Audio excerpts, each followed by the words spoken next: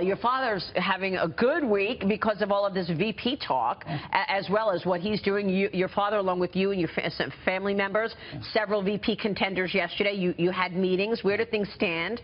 Your dad said he's going to announce his VP pick tomorrow at 11 a.m. Yeah, well, we were in Indiana. We were with Pence for a while. We spent a lot of time with Nuda, obviously, as you know, and Chris and so many other guys. And, you know, my father's taking it extremely seriously. I mean, this is maybe the biggest pick that he has to make in this whole cycle. And this might be one of the most important decisions he'll ever make in his life. I mean, and that's how seriously he's taking it. I mean, he's thought about it and asked people for their guidance and taken so many different opinions. And now he's really, you know, it's in his head, and, you know, he'll make the final decision very, very soon. You know, we're announcing it tomorrow morning at 11 o'clock, which is going to be a big announcement. But he's put so much time and effort into this person. He wants somebody who is going to work tirelessly for America, who will be able to obviously keep up with him, because, I mean, he doesn't stop. He wants a great COO.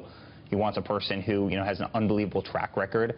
I mean, I think so many of the qualities that he would recruit for in, you know, the private business, that's what he's doing, you know, kind of, you know, as he looks for his VP. It's not just somebody who's going to carry a state necessary to win. I mean, that's the point. It's somebody that will actually stand by him and do a great job for the American people, and is competent, you know, has always done a great job, you know, for their respective, you know, place or state, or, you know, whatever they've done in life. And I know that he said he wants somebody with some government experience or experience with Washington.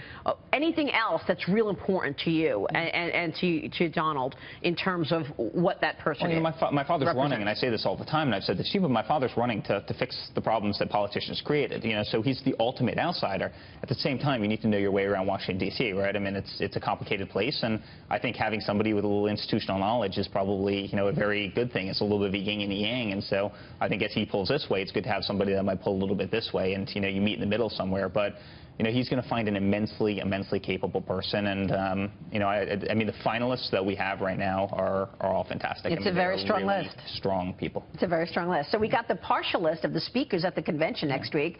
Here we are. It is game time. Convention next week. We're going to be there.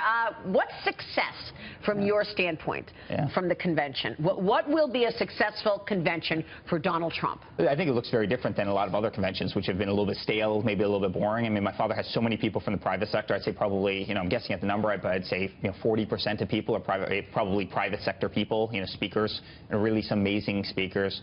We've got some great, you know, athletes, some great entertainment. You know, Tim Tebow, as you know, is out there, and I mean, there's so many. Dana White from the UFC, he's going to be speaking, and, you know, he's built such an amazing organization. So, you know, he brings in a lot. I mean, it's kind of an all-American company, but it's also a great, you know, example of, you know, entrepreneurialism and everything else. Speaks to leadership. No question about it. And then there's, you know, there's some great politicians in there, and, you know, it's just a very kind of diverse crowd, and I think it will be a lot of fun, a lot of entertaining. So you're going to speak. Ivanka, your sister's going to speak. I mean, the whole family is going to speak, right? Yeah. No, I speak. I think I speak right before the VP on Wednesday, and Ivanka's speaking on Thursday. I think she's introducing my father. Don speaks, I believe, on Tuesday, and, you know, Tiffany's speaking, which is really great. She's graduated from college. So oh, wow. A way to throw her to the Melania, the lions, potentially so to speak. First Lady. And Melania, I think, is, you know, I think kicking it off or something along those lines. So it's going to be How are you preparing for that? A lot of fun. Well, listen, you know, I took writing my speech very seriously. I didn't want it to be, you know, kind of a little joking, trivial speech. I wanted it to be real. I care about this immensely. I wanted to write it myself. I didn't want to outsource it. I wanted to speak from the heart. I mean, I love my father. I love what he's doing. I love what he's doing for this country. He doesn't need to be doing this. And this is his way of giving back. And I think, you know, you're certainly going to hear that in what I say on Wednesday.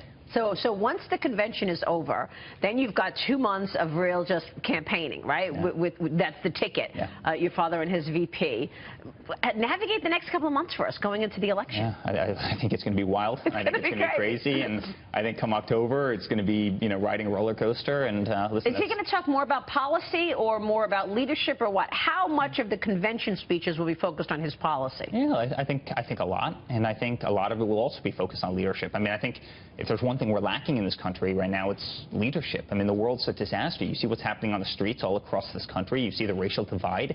You see the Middle East. You see, you know, an enemy like ISIS that we can't beat for whatever reason. And I mean, this whole country is lacking leadership. I mean, you see the national deficit. You see education being rated 30th in the world. I mean, we're America. We should be winning at every single one of these things. I mean, we've lost 1/3 of our manufacturing since 2000.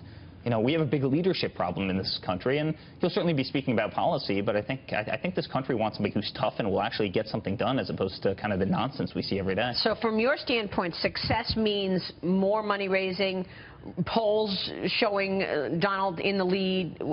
In the next week, the convention, what's success?